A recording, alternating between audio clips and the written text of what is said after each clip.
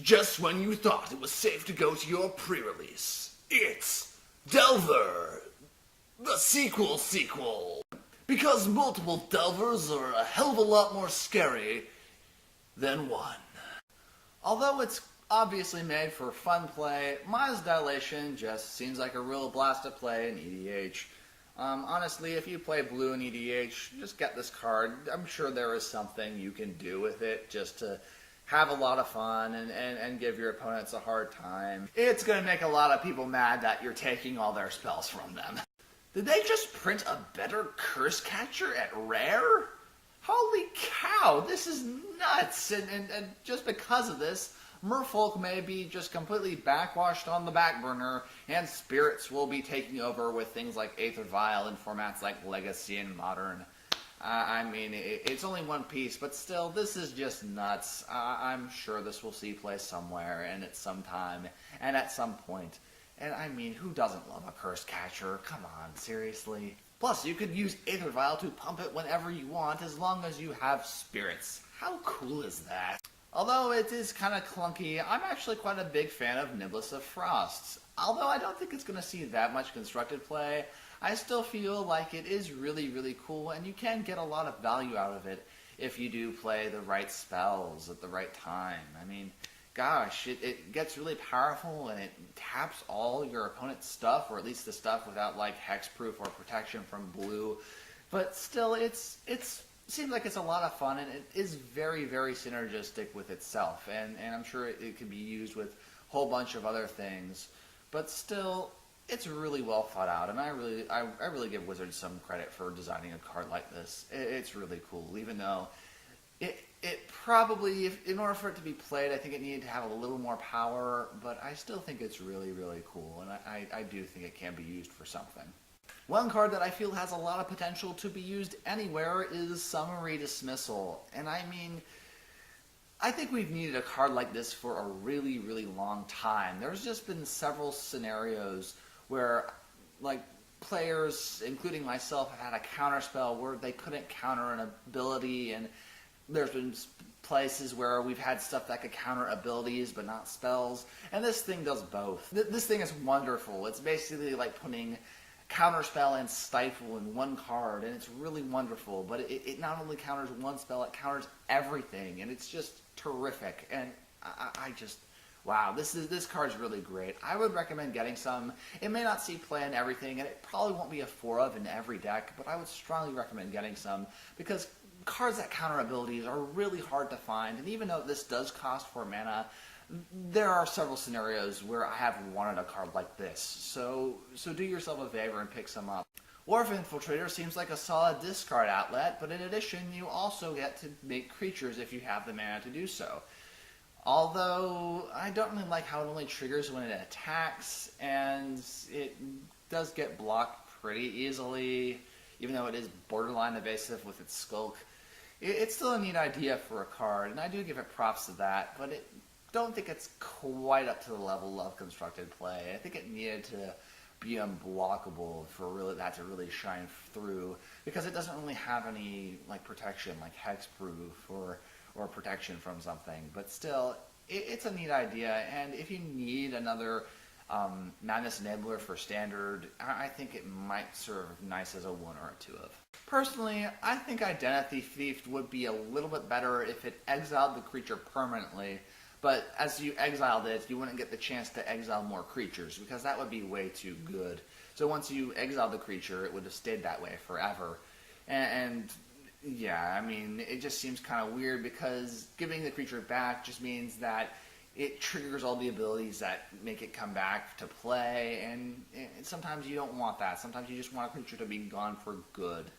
And although blue is not known for removal, I think that would have been a bit more flavorful for a card like this.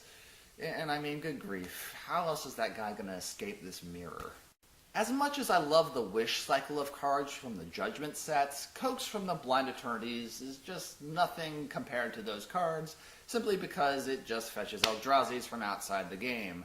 As I recall, there was a card from the original Zendikar block that did something like this, except it was like a Eldrazi that cost like 20-something odd mana, but it did a very similar thing.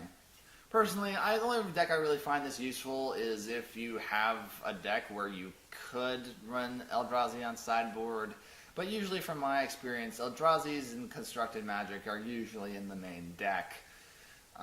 So yeah, this is kind of, I don't really want to say it's pointless, but I feel like it's very, very constrictive due to the limited amount of cards that you can fetch for. Essentially, your sideboard becomes a toolbox full of Eldrazi if you run this card. Also, being in blue, I kind of feel like it doesn't really fit into what the Eldrazi's really want to do, which is ramp and get mana, and it doesn't really fall into those colors. So you'll have to probably run some sort of artifact if you want to run something like this, or splice for green or another color that ramps well to get something like this to work at its best. Moving on to more spirits, we have the Nebelgast Herald. This is a really sweet card if you run spirits, and if, like I said, you're going to play spirits with Aether Vial, I feel like this could be really, really sweet. This would also be really sweet if you had a way to constantly blink in and out spirits, and this way you could use this ability multiple times indefinitely and just tap all your opponent's creatures whenever you wanted to. Here's the Geist of the Archives, who wants to block creatures and scry you to all your best cards. Ah, boy, I feel like this is just wonderful, because if you can get him to stick around, he's going to really help you out a lot. And isn't this just what a control deck wants to do anyway? Just block stuff and get what they want?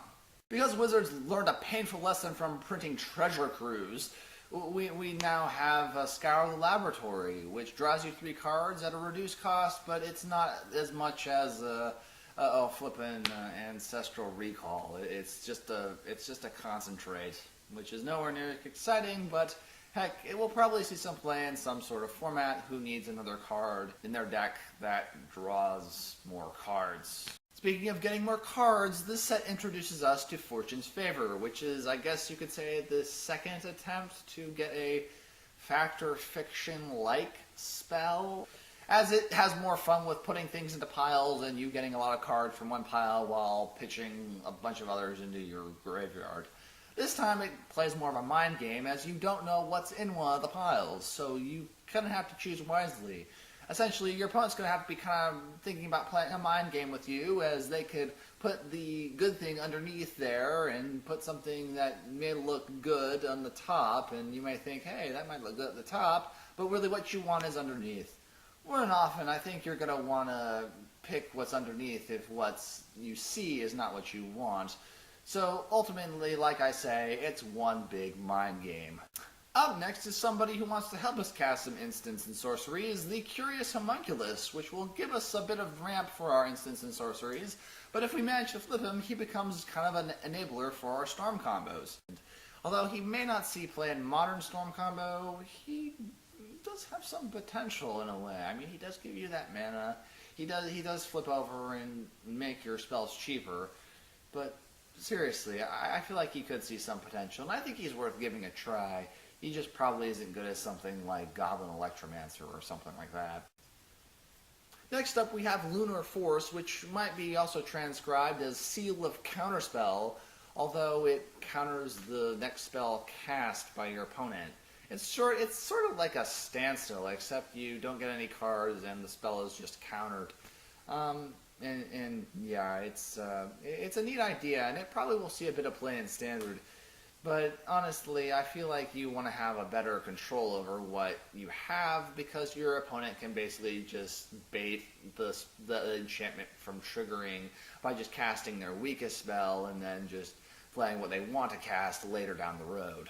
So it may not be as good as it looks. Speaking of things that we know are not as good as they look, how about Unsubstantiate? Although this could be argued as a really bad remand, it does give you the option to cast Unsummon for 2 mana, which is still a really bad Unsummon. So essentially you get a really bad Unsummon or a really bad remand. Dragunder is this set's version of a Repulse, and sadly it's a sorcery speed, while Repulse was an instant. But even so, this may see some play, in Standard at least. Because it's not an instant, it does kind of wear it down a little bit, because instants are historically better than sorceries in most cases. But even so, I feel like in Standard this could be really powerful, considering you are still getting a card off of it. Speaking of things that could benefit control decks, Fogwalker seems like a stellar blocker and gives you a nice trigger ability on top of it that'll prevent your opponent's aggression for a little while.